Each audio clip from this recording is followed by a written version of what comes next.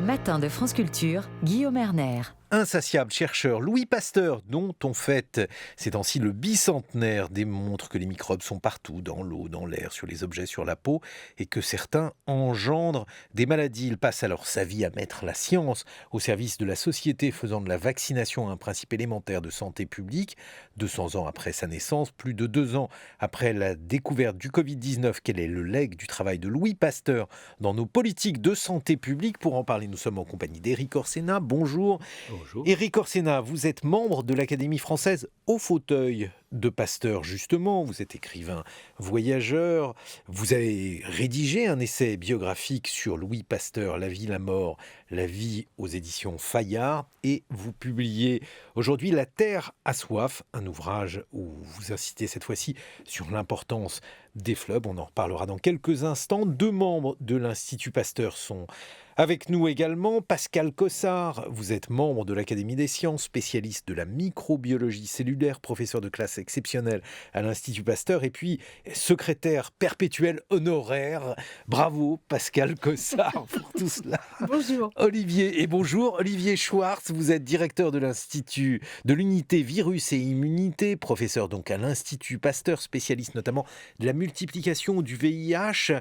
Hier, vous avez consacré un colloque justement aux futures pandémies. Avant que l'on parle des futures pandémies, peut-être parler des pandémies présentes, Olivier Schwartz. Et tout d'abord, un mot sur le Covid et son évolution.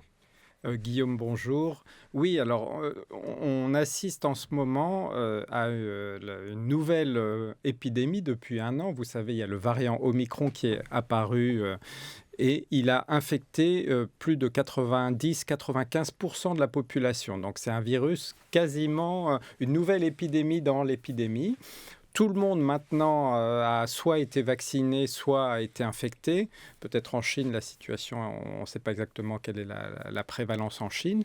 Mais le virus continue à évoluer. Et donc, c'est ce qu'on a vu hier dans un colloque, justement, où nous sommes intéressés aux pandémies, aux épidémies. Qu'est-ce qui nous attend dans les années à venir? Et donc, pour revenir au Covid, au coronavirus, le virus continue à essayer de se faufiler, cette fois-ci dans une population qui a déjà des anticorps, qui est immunisée. Et donc, c'est ce qu'on assiste. Et à chaque nouvelle vague, là, on en est, comme vous le savez, à la 9e, il y a des variants qui apparaissent, des nouveaux anticorps qui ne fonctionnent plus. Donc, c'est un combat sans fin. Mais heureusement, notre système immunitaire fonctionne. Et donc, on espère que ces vagues vont se transformer en vaguelettes au cours du temps. Mais alors, justement, parce que ça fait quelques temps depuis le début du Covid qu'on se parle, Olivier Schwartz. Est-ce que l'idée d'une immunité collective qui avait été agitée à l'origine, est-ce qu'aujourd'hui c'est quelque chose dans lequel on ne croit plus ? Si la notion reste présente, sauf que ce n'est pas une notion figée, la notion d'immunité collective évolue et on s'aperçoit que les anticorps, par exemple, que notre corps produit après vaccination ou après infection, diminuent parfois plus rapidement que ce que l'on pensait. Et encore une fois, le virus fait face à cette immunité collective et continue à se multiplier. Et ce qui est important de rappeler, c'est que les vaccins, même si le virus évolue, continue à être efficace et à protéger contre les formes graves de l'infection, d'où l'intérêt de faire la 2e dose de rappel pour ceux qui ne l'ont pas encore faite. Pascal Cossard, sur les autres pandémies, celles sur lesquelles donc vous avez communiqué hier dans ce colloque sur les futures pandémies, dites-nous un peu ce que nous avons à redouter. Ce que nous avons à redouter, c'est de se demander s'il va y avoir une fin. Et hier, on a beaucoup discuté du fait que on essaie de repérer quand est-ce qu'il y a l'arrivée d'une nouvelle pandémie, mais on se demande quand est-ce qu'il y a une fin. Et c'est exactement ce qu'Olivier vient de dire. On ne sait pas si on est à la fin. On n'a pas vraiment identifié la fin des pandémies. Ça n'a pas été écrit dans des livres. On écrit le début, on était trouvé le foyer, la niche où se trouvait le microbe, mais on a des difficultés à trouver la fin. Ceci dit, on va avoir des nouvelles pandémies qui vont arriver, on va avoir des nouveaux microbes qui vont nous infecter et il faut être préparé. Et je pense qu'à l'heure actuelle, la grande question, c'est de se préparer. Il faut que les instituts soient préparés. Moi, je connais un collègue qui est en train de créer un nouvel institut de préparait de Metz, à Sienne. Et c'est quelque chose qui est nouveau. On était préparé à guérir, à soigner, à faire des vaccins, mais à se préparer à l'arrivée d'un nouveau, à guetter les premiers signes finalement. Mais alors, ça veut dire quoi concrètement? Est-ce que ça veut dire par exemple que la veille est insuffisante? Est-ce que ça veut dire que les investissements, là je pense que vous n'allez pas me détromper, les investissements dans la recherche et la science sont insuffisants? Oui, mais ça veut dire qu'il faut qu'au niveau de la planète entière, on soit tous prêts et qu'on communique les uns les autres. Il faut qu'il y ait une circulation de l'information qui soit peut-être plus importante que cela n'a été. Éric Orsena. Oui, parce que les virus ne connaissent pas de frontières. Il faut bien se rappeler que nous, êtres humains, n'avons pas le monopole de la vie, que les virus aussi essayent de se faufiler sans arrêt. Et un des enseignements du colloque d'hier, c'est l'inégalité. Et que l'inégalité, c'est un scandale, mais c'est aussi une sorte de moteur. Et on voit d'autres maladies que le VIH, par exemple la tuberculose, qui frappe les plus faibles. Eh bien, en fait, globalement, on s'en fout un peu de la tuberculose. Donc, vous voyez, c'est ce genre de question. C'est-à-dire que c'est vraiment cette vision, une santé. La planète n'a une santé. Et la situation... Pascal Cossard. Oui, la situation change tout le temps. C'est-à-dire que, par exemple, pour la tuberculose, on avait ce vaccin du BCG qui était quand même un vaccin, même s'il n'est pas extraordinairement fort, qui était obligatoire. Il n'est plus obligatoire en France et on se pose la question maintenant de savoir s'il ne faut pas le remettre obligatoire, puisque pour le moment, il est conseillé pour les gens qui ont des risques d'attraper la tuberculose. La tuberculose, le paludisme également, dont on a beaucoup parlé, parce que l'on disait que c'était le paludisme qui est aujourd'hui responsable du plus grand nombre de décès suite à des maladies contagieuses. Oui, mais ça, c'est plus vrai. C'est plus vrai. Sans doute grâce à Bill Gates, le nombre de morts a diminué. Hier, on parlait d'environ 800 000 morts par an. Donc, c'est quelque chose qui est vraiment sur une bonne direction, on va dire. Ce qui veut dire donc que nous ne sommes pas impuissants par rapport aux pandémies. On peut vraiment progresser. La science fait des progrès et on trouve des médicaments, on trouve des moyens de lutte, on trouve des vaccins, comme l'a dit Olivier. Olivier Schwartz. Oui, et je reviens à ce que disait Éric à propos de l'épidémie du sida, de VIH. En fait, le fait de ne pas soigner complètement ce type de virus engendre une population qui est hautement susceptible aux autres virus. Et il n'y a que 75% des personnes qui sont infectées, qui vivent avec le VIH, qui reçoivent un traitement antirétroviral. Ça veut dire que 25% sont dans un état immunodéprimé. Et c'est le terreau pour l'évolution de nouveaux virus. Les variants de coronavirus qu'on a pu voir apparaître en Inde, en Afrique du Sud, probablement ont pu évoluer et être créés chez des personnes dont le système immunitaire n'est pas complètement fonctionnel. Donc, soigner une maladie engendre des progrès dans toutes les autres maladies également. Éric Orsena. C'est vraiment l'unité de la planète face à la fois ces périls. Ça, c'est vraiment le premier point. Se dire que rien n'est jamais acquis. C'est-à-dire, on a un très bon ou médicament ou vaccin. Et bien, voilà, il y a des réponses. Ça, c'est ce mécanisme-là. Et puis que la science est là sans arrêt. Et qu'elle est magnifique. Moi, je ne suis pas scientifique. Je suis émerveillé par le travail des chercheurs partout. Quand on dit que rien n'est jamais acquis, le meilleur exemple, à mon avis, ce sont les antibiotiques. Quand les antibiotiques sont arrivés, on s'est dit c'est la fin des maladies infectieuses, c'est la fin des maladies bactériennes. Et ces petites bactéries que je connais assez bien, elles se sont mises à résister. Et on parlait de tuberculose. Le gros problème de la tuberculose, c'est que les souches sont multirésistantes aux antibiotiques et que les moyens de lutte contre la tuberculose ont vraiment... beaucoup encore à être amélioré. Alors justement, Pascal Cossard, parce que quand on a commencé à s'intéresser au Covid et que l'on a reçu beaucoup de scientifiques dans les studios, eh bien, certains de vos confrères nous ont dit « Mais attendez, vous n'avez encore rien vu, l'antibiorésistance, c'est un sujet de préoccupation qui est peut-être plus important encore que... » par exemple, ce virus contre lequel il faut lutter. C'est certain qu'à l'heure actuelle, on a vraiment un gros problème avec l'antibiorésistance. Les antibiotiques ont été utilisés chez les hommes, mais il ne faut pas oublier qu'ils ont été utilisés chez les animaux. Et qu'à l'heure actuelle, il faut se poser les bonnes questions. Est-ce que les problèmes de l'antibiorésistance ne viennent que de l'utilisation forcenée qui a été faite chez les hommes? Il y a eu beaucoup d'antibiotiques qui ont été faits chez les animaux. Et là, il n'y a qu'un pas pour passer à ce fameux concept à l'heure actuelle dont on parle tout le temps, ce fameux concept d'une seule santé. Il faut qu'il y ait une vision globale de l'antibiorésistance, c'est-à-dire que les médecins travaillent avec les vétérinaires, travaillent avec les gens qui sont dans l'environnement, parce que toutes ces bactéries circulent. Mais alors, justement, expliquez-nous en quoi le fait d'utiliser des antibiotiques sur des élevages, alors par exemple pour combattre la grippe aviaire ou pour combattre la peste porcine, non, là vous faites des grimaces. Donc, je fais des grimaces parce que la vérité. La vérité, c'est que les antibiotiques sont utilisés contre les bactéries et non pas contre les virus. Ça, on l'apprend, mais à chaque fois, il faut me le rappeler. Mais par contre, là où je veux en venir, Pascal Cossard, quel est le lien justement entre la trop grande utilisation des antibiotiques sur des élevages animaux et le fait que tout cela contribuerait à l'antibiorésistance, y compris chez les humains? Le lien, il n'est pas aussi fort qu'on croyait qu'il était. C'est-à-dire qu'avant, on se disait, on donne trop d'antibiotiques aux animaux, il va y avoir des antibiotiques ou des bactéries résistantes qui vont passer des animaux aux hommes. Il y avait un colloque au mois de juin à l'Académie d'agriculture qui a montré que ce n'était pas tout à fait ça. Mais il peut y avoir des effluents qui viennent dans les sols, qui sont dans les eaux, dans les fleuves, et qui font qu'il y a des circulations de bactéries résistantes.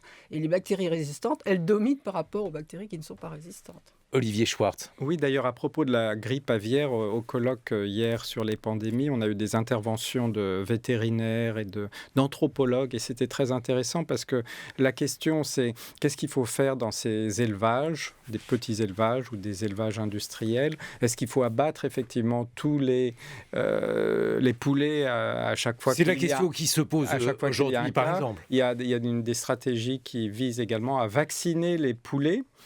Et alors, après, il se trouve que même si on vaccine les poulets, il y a une certaine défiance.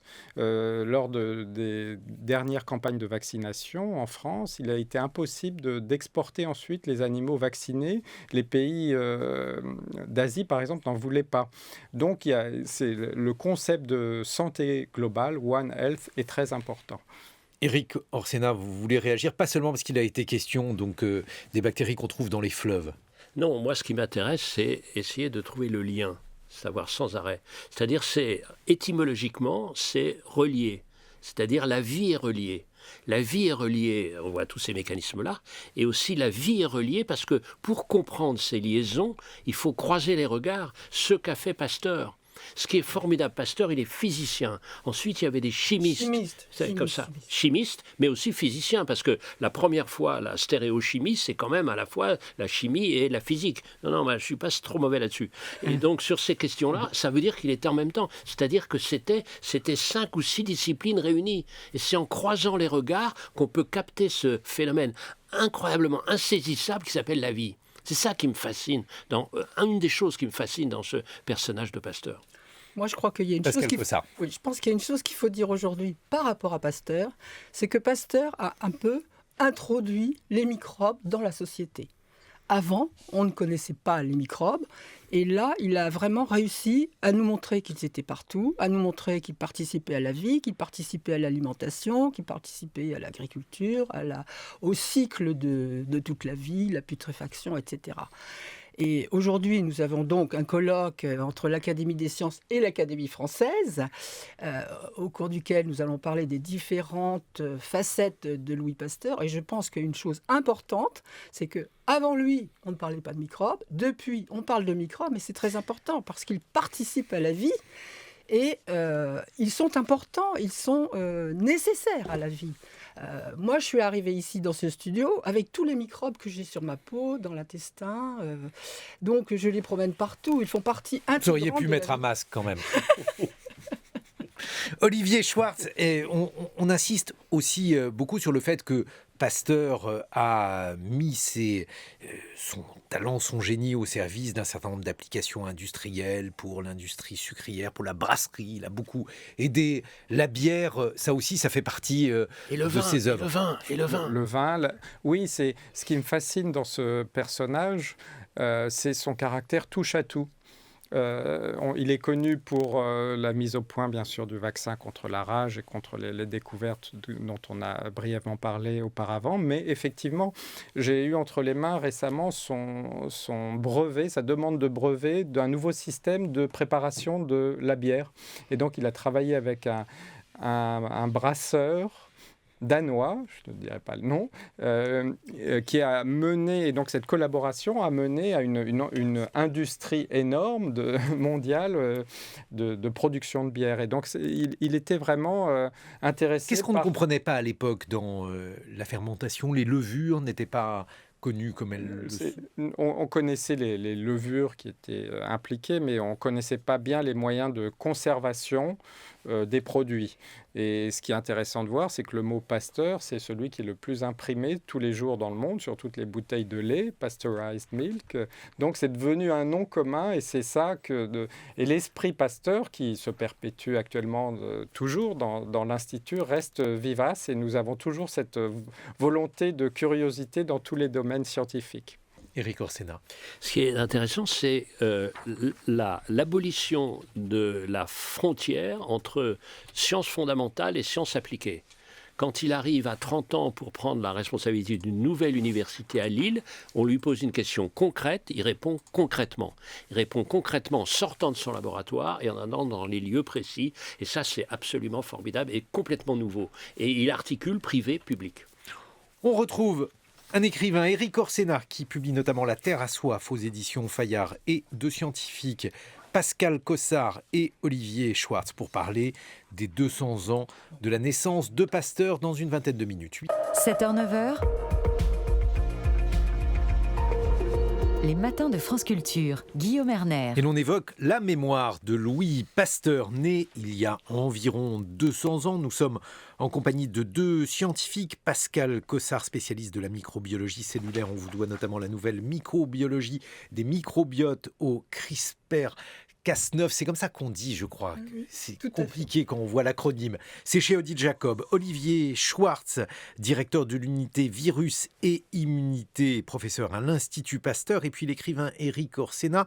Vous vous intéressez à Pasteur puisque vous avez consacré une biographie à cet homme. Elle a été publiée chez Fayard, mais vous vous intéressez aussi aux fleuves. La Terre à soif, c'est le dernier ouvrage que vous avez publié là aussi chez Fayard. Et justement, on parle beaucoup des fleuves. Il y a la COP15 biodiversité. Il y a aussi la question de la sécheresse. On en parlait il y a quelques instants dans le journal Éric Orsena. Vous savez, c'est le même sujet. Le sujet, c'est la vie. Il y a 15 ans, j'avais fait un premier livre, une enquête à travers le monde, l'avenir de l'eau. Et je me suis rendu compte que l'eau, c'est abstrait. Un peu comme le dérèglement climatique. Alors je me suis dit, pour un peu alerter et émerveiller en même temps, je vais raconter l'histoire des fleuves. Parce que si l'eau est une matière, les fleuves, c'est des êtres vivants. Chacun, quand vous posez la question, chacun a une rivière dans son cœur, chacun un fleuve. Et donc si on répond, c'est une formidable leçon de vie, les fleuves. Et vraiment, je vous conseille, c'est une exposition qui a lieu à Lyon en ce moment, au musée des Confluences, s'appelle « Nous les fleuves ». Et qu'on a bien vu, comme on a dit précédemment, c'est-à-dire nous sommes partis de cette énorme machine qui est la machine du vivant, dont nous n'avons pas le monopole. Alors tiens, puisque vous parlez de Lyon, parlez-nous du Rhône, parce qu'on apprend plein de choses dans votre livre. J'espère bien. Parce que pour 23 vous avez réussi votre objectif. Des trucs, quand même.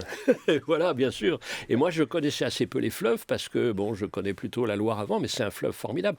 D'abord, c'est un fleuve qui est relativement court et qui a seulement 2 pays. Parce que des tas de fleuves ont 10 pays, donc c'est une sorte de copropriété. Là, on s'entend bien avec la Suisse, ces 2 pays. Et alors, ce fleuve est intéressant parce qu'il est fragile, comme tous les fleuves. Parce qu'il vient d'où? Il vient d'abord des glaciers en Suisse. Comme tous les glaciers alpins, ils tendent à se restreindre. Le manteau neigeux des affluents, comme la Durance, etc., diminue. Heureusement qu'il y a les pluies qui viennent de la Saône. Ce qui fait qu'un certain nombre de gens disent pourquoi il s'appelle le Rhône et pas la Saône? parce que ça va devenir le flux principal. Donc c'est ces questions intéressantes. Et puis il y a eu une sorte de vision formidable du maire de Lyon à l'époque en disant on va mettre des barrages qui ne sont pas des barrages à retenue pour la plupart. C'est des barrages qui, le flux, comme ça on va turbiner, on va gagner un peu d'argent et comme ça on va développer le transport fluvial et on va permettre l'irrigation. C'est les 3 fonctions, au lieu de morceler. Vous voyez, on fait les 3 fonctions en même temps. C'est-à-dire le fleuve est l'agent de la vie dans cette région-là. Et c'est toujours la même chose, ce qu'on dit depuis ce matin, ce qu'on répète sans arrêt, nous, c'est l'unité des choses, le lien. Et on arrête des silos, de découper des disciplines, de voir que la médecine générale est devenue une spécialité. C'est quand même, on marche sur la tête. Pascal Cossard, justement, on évoquait, lorsqu'il était question d'unité de la vie, Louis Pasteur, son rôle à la fois pour la santé humaine, pour les animaux, puisqu'il a beaucoup observé les animaux, et puis sur le modèle animal également. Oui, en tout cas, Pasteur, c'est quelqu'un qui a commencé en étant chimiste à s'occuper de petites molécules. Et puis, il a commencé ensuite à s'intéresser à des problèmes qui étaient tout à fait liés à la vie, comme on vient de le dire, des problèmes de chimie de fermentation. Il s'est occupé de levure, de bière, de vin, etc. Et puis, il s'est occupé de quelque chose qui est très important et qu'on n'a pas à discuter depuis ce matin, qui est de réfuter la génération spontanée.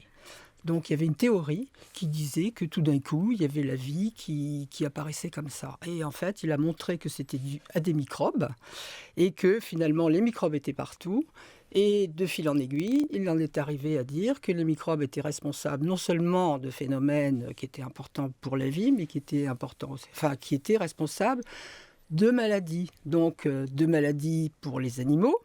D'ailleurs, il a commencé avec des vers à soie, par exemple, mais aussi des animaux, des moutons. Il s'est occupé de l'anthrax, il s'est occupé de choléra des poules, etc. Et puis, il s'est intéressé ensuite aux maladies humaines. Et de maladies humaines, il est arrivé au vaccin contre la rage. Ce qui est important, et je pense que c'est une notion qui est extrêmement importante, c'est de rendre compte qu'on a affaire avec quelqu'un qui s'est occupé d'abord de petits cristaux, de sel, et puis il s'est occupé de plus en plus de domaines qui étaient plus grands, et il a eu finalement une réputation qui de nationale est devenue internationale et planétaire. Il a envoyé ses collaborateurs dans le monde entier. Il y a très peu de gens qui ont réussi avec ce qu'ils ont fait pendant leur vie, dans leur carrière scientifique, à révolutionner la société. Il a fait rentrer les microbes dans la société. Et je pense qu'il faut rendre hommage à Bruno Latour aujourd'hui, parce que c'est lui le premier qui a mis un peu le doigt sur le fait que Pasteur était un sociologue et un politique, en quelque sorte. Olivier Schwartz.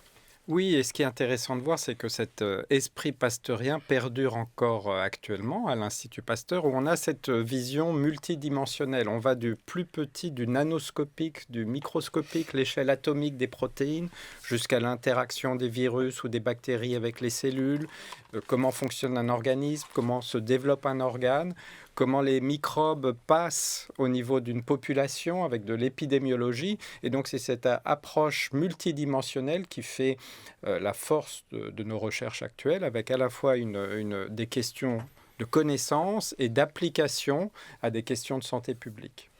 Éric Orsena. Alors, ce qui est bien, parce qu'on est au cœur de la vie, et en même temps, on utilise à l'Institut Pasteur les dernières avancées du numérique, c'est-à-dire l'intelligence artificielle, c'est-à-dire les microscopes les plus puissants qu'on puisse imaginer.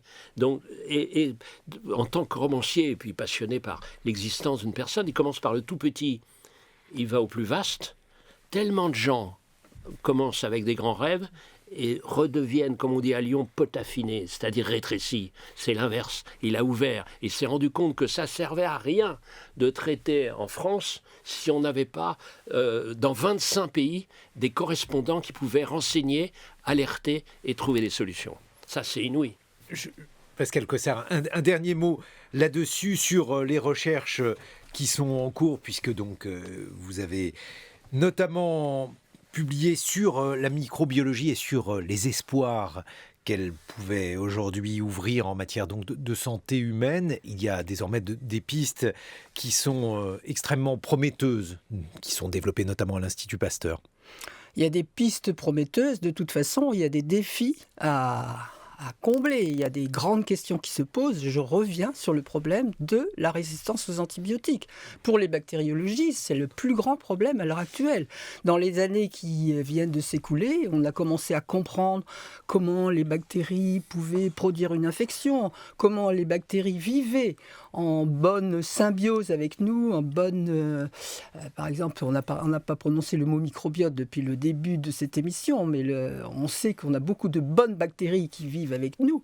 Mais vraiment, le grand défi à l'heure actuelle, c'est l'antibiorésistance. Il faut donner beaucoup d'argent pour les gens qui travaillent. Donc de toute façon, donner de l'argent aux scientifiques, ça, on sait que c'est important, Pascal Cossard. Mais en dehors de ça, on nous a appris la modération en matière d'antibiotiques, des antibiotiques, c'est pas automatique. Est-ce que c'est une question de sobriété ou est-ce que pour lutter contre l'antibiorésistance, il faut faire plus que se modérer dans nos usages des antibiotiques? Non, je pense qu'il faut prendre le problème différemment. C'est-à-dire qu'on essayait d'avoir des nouveaux antibiotiques. Je pense que maintenant, il faut peut-être avoir des nouveaux moyens de lutter contre les bactéries. On les connaît mieux. On peut avoir d'autres moyens. Par exemple? Je vais vous donner, par exemple, l'exemple on connaît de plus en plus les virus des bactéries. On peut utiliser les virus des bactéries. C'est-à-dire que les bactéries peuvent être malades. Les bactéries peuvent être... les virus attaquent les bactéries. Les virus qui attaquent les bactéries, on les appelle des bactériophages. Eh bien, il y a une technique qui s'appelle la phagothérapie, c'est-à-dire qu'on peut éventuellement aller taper sur des bactéries grâce à des virus qui sont très spécifiques pour ces bactéries. Par exemple, vous avez un petit bobo, on va dire, sur la peau avec un staphylocoque. Si vous avez le bactériophage qui tue spécifiquement ce staphylocoque, vous allez pouvoir guérir de cette petite infection. Alors évidemment, vous allez dire, est-ce que vous avez envie d'avaler des bactériophages? Est-ce que vous avez envie de vous faire injecter des bactériophages? Ça a été fait et c'est en train d'être fait de plus en plus. C'est une technologie que moi j'aime beaucoup et je pense qu'il peut y avoir une porte de sortie de ce côté-là. Mais il peut y en avoir d'autres. Si vous connaissez comment une bactérie fonctionne, vous pouvez essayer de cibler exactement un gène qui est absolument critique pour la multiplication de cette bactérie à l'endroit où elle est. On ne peut pas soigner sans connaître. C'est ça la question. Donc, et pour connaître, il faut réfléchir, il faut des moyens pour réfléchir. Voilà, c'est pour ça que moi je suis fasciné par ces gens que je connais depuis 6-7 ans maintenant en tant qu'ambassadeur de Pasteur. Je suis émerveillé par leur travail. Et aussi alerté par leurs conditions de recherche qui sont bien inférieures à ce qui devrait être étant donné les enjeux. C'est-à-dire rien n'est plus rentable que la recherche. En termes vulgaires, pardon, je suis économiste, donc je suis un homme vulgaire. Rien n'est plus rentable qu'investir dans la recherche. Ça, on s'en est rendu compte à la faveur ou à cause de la crise du Covid-19. Est-ce que les choses ont un peu changé, Olivier Schwartz, lorsqu'on parle de la virologie? Est-ce que vous avez la sensation que les pouvoirs publics ont changé d'attitude? Oui, alors ce qui est intéressant, Eric parlait de connaissances et les intuitions, les hypothèses sont très importantes. Quand Louis Pasteur a mis au point le vaccin contre la rage, donc qui est causé la rage est causée par un virus, il n'avait pas vu le virus, il ne savait même pas son existence, il n'était pas équipé pour, il savait juste que le microbe était ultra filtrable, donc c'était quelque chose de plus petit qu'une bactérie, mais il a quand même mis au point le vaccin. Et donc, c'est cette combinaison d'intuition et de connaissances qui permet de progresser d'un point de vue scientifique. Et bien sûr, les pouvoirs publics... on a bien vu tous les moyens qui ont été mis pour le Covid. Ce qui est intéressant pour le aussi, Covid, oui, mais pour les pandémies d'après. Ce qui est intéressant, c'est qu'il y a eu un moment, et ça a été rappelé hier au colloque sur les pandémies, on ne peut pas opposer l'économie et la santé. Vous vous souvenez peut-être au début du confinement, oui, mais on s'intéresse qu'à une faible partie de la population. Mais en fait, si on désorganise tout, le coût de soin, chaque euro investi en amont et le plus précocement possible va générer une somme d'argent importante. Et ça a été estimé d'ailleurs, 1 euro investi tôt sur la recherche rapporte 42 euros. De gains économiques. Donc c'est vraiment la science et la recherche, à la fois fondamentale et appliquée, a un intérêt bénéfique sur l'ensemble de la population. Éric Orsena. Il faut le courage de repérer la cause et le dire. Et ça, c'est la bataille de Pasteur. C'est-à-dire, il n'y a pas de génération spontanée, il y a une cause. À un moment donné, moi je suis marin, je suis passionné par l'océan, on avait l'impression que l'océan, comme ça, le nouveau continent de plastique, ça venait du fond. Une sorte de génération spontanée. Pas du tout. Ça vient des fleuves qui déversent des saloperies de plastique partout, et ça dépend de nous. Donc cette question, il faut dénoncer. De la même manière, pourquoi on manque d'eau? Aussi parce qu'on n'a pas investi dans les réseaux.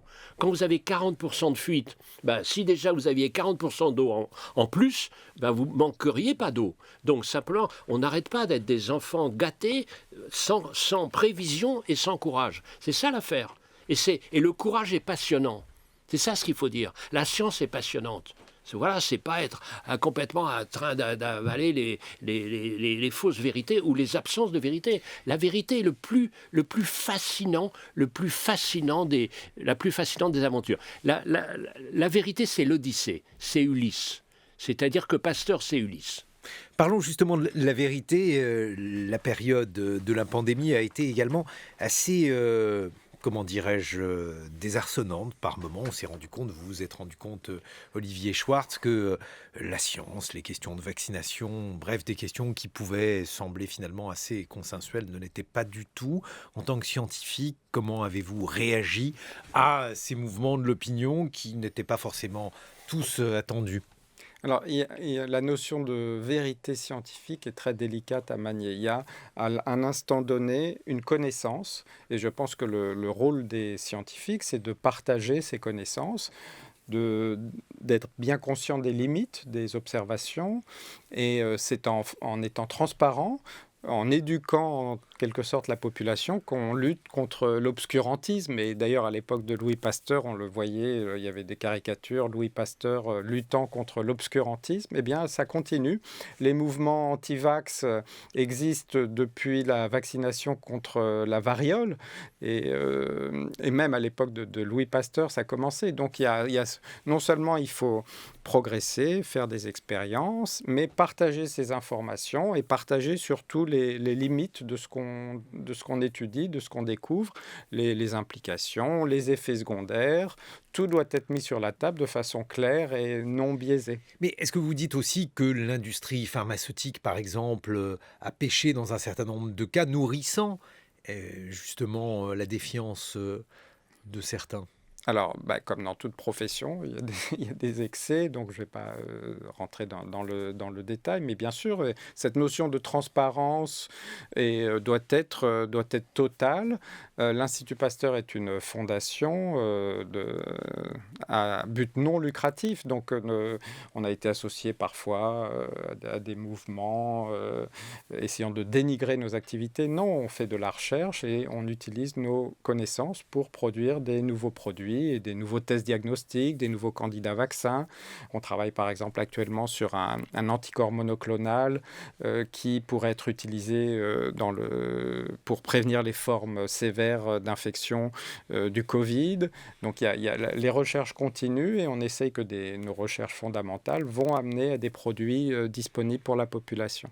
Moi, ce qui me frappe, c'est que les scientifiques, souvent, restent entre eux. Et donc, ils disent, je parle à un scientifique, voilà, et je n'ai pas à transmettre. Car je transmets, il y a ce très vilain mot de la langue française qu'il faudrait tuer, qui s'appelle vulgarisation. Alors qu'il faut dire popularisation à l'anglaise.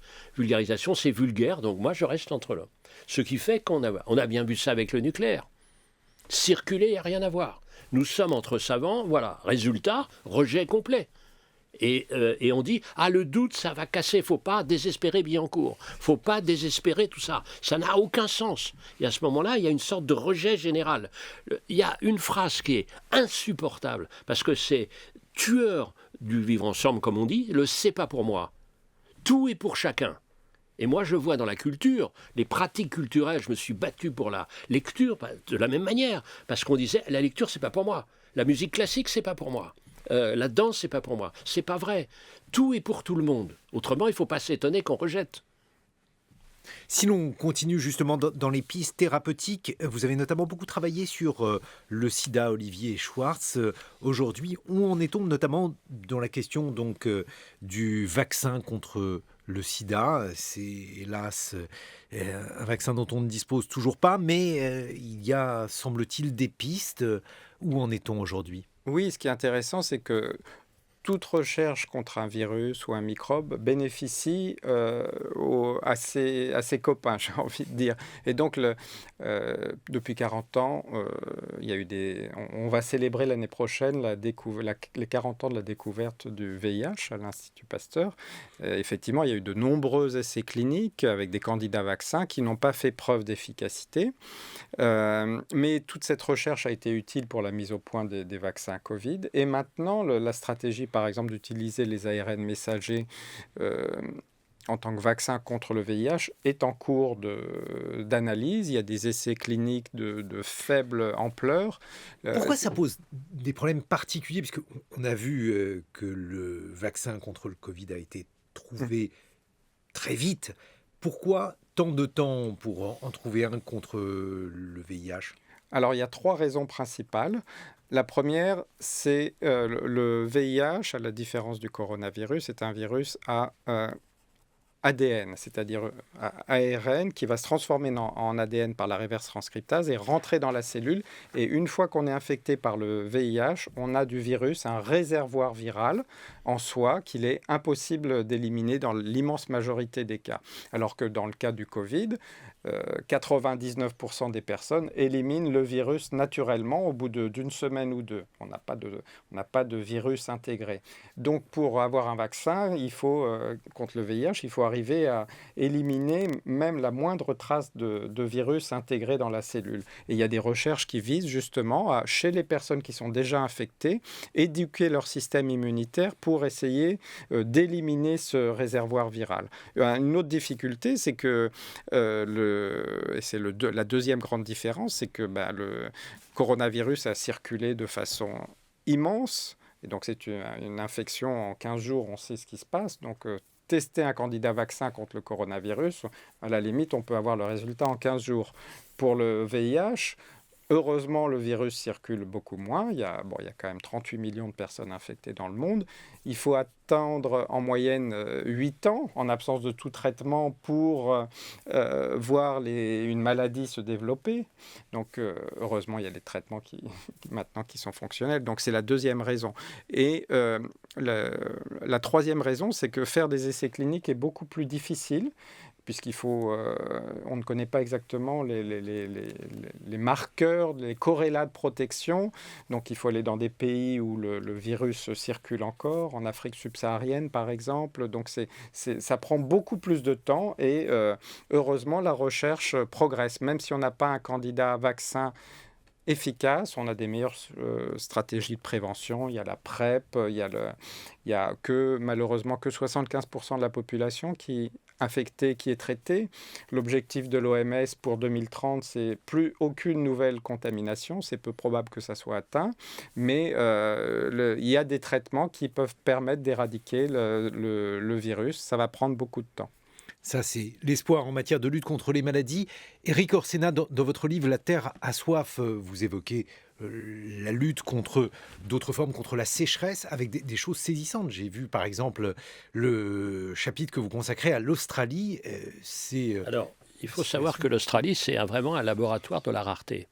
Parce que l'Australie a des besoins énormes d'eau, parce que les 2 poumons, les 2 moteurs de son économie, ce sont l'agriculture, énormément besoin d'eau, et les mines. Parce que les mines, pour sortir le minerai de la gangue, évidemment, il faut énormément d'eau. Or, il y a peu d'eau. Mais ce qui est intéressant avec l'Australie, c'est que c'est l'extrême de ce qui nous arrive. C'est-à-dire, en gros, il y a la même quantité d'eau. Simplement, étant donné notamment le réchauffement climatique, l'eau est inégalement répartie dans l'espace et dans le temps. C'est-à-dire, les régions du monde ou d'un pays qui avaient beaucoup d'eau en auront encore plus, et celles qui avaient peu d'eau en auront encore moins. Et au lieu d'avoir une sorte de répartition des précipitations dans le temps, il y a des moments où il y a des déluges, et puis après, il y a des sécheresses.